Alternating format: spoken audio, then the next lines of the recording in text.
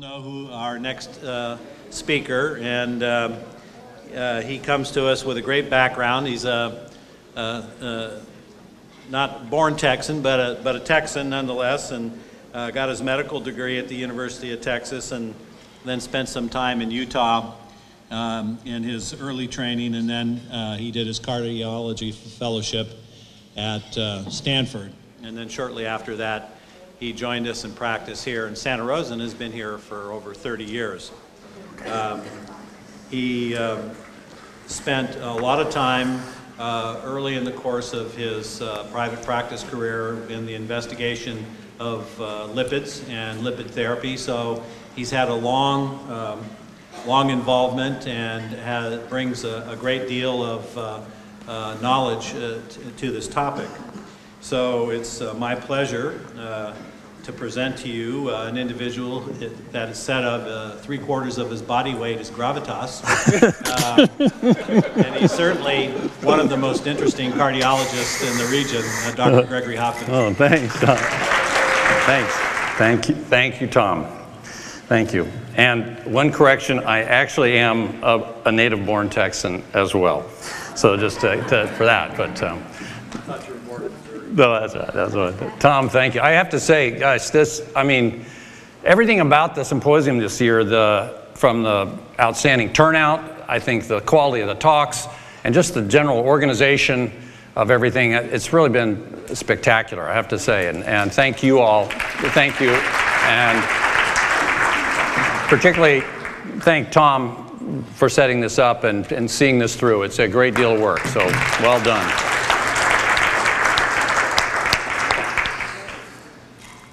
So what we're going to talk about this afternoon is that basically everything I've been lecturing about for the last 15 years, disregard, because the new guidelines that have come out have changed our way of thinking. So Tom's title, I think, is perfect. New guidelines, old drugs, basically caused by lunches like we just finished eating. Something along that line.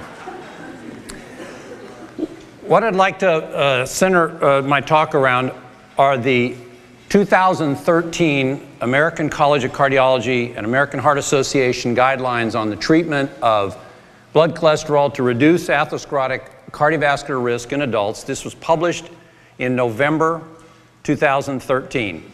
And it's a big change, it's a big paradigm shift. It's not without controversy, but I'd like to point out some of the major differences in what we used to tell our patients and what we've talked about amongst physicians.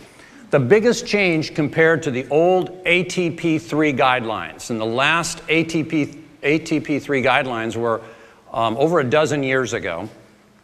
The first one is the recommendation to initiate statin therapy into by two different categories. Think of statins as either moderate intensity or high intensity statins.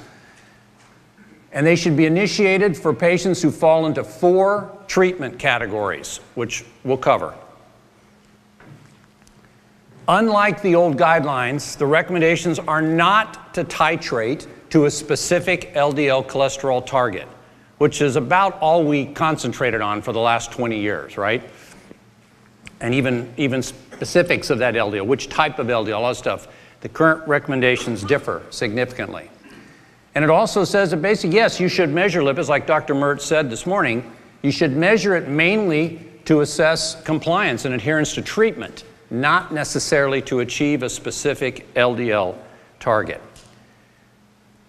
Why is this? And I think this is the adherence to strict evidence-based medical recommendations. None of the randomized clinical trials were performed in order to achieve a specific target LDL. The randomized clinical trials from which all of those target LDL recommendations came from were all designed with a drug and a dose of a drug for a population. So the trial was whatever, 80 milligrams of atorvastatin versus 10 milligrams of atorvastatin. Now, in those treatment population groups, certain average LDL numbers were achieved. In the previous recommendations, they made the leap to say, well, let's go for those targets.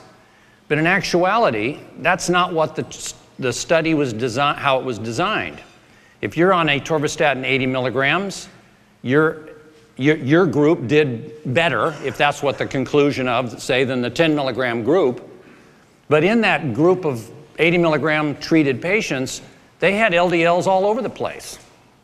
And so, strictly speaking, the recommendations are trying to follow what the actual critical analysis of the data tells us.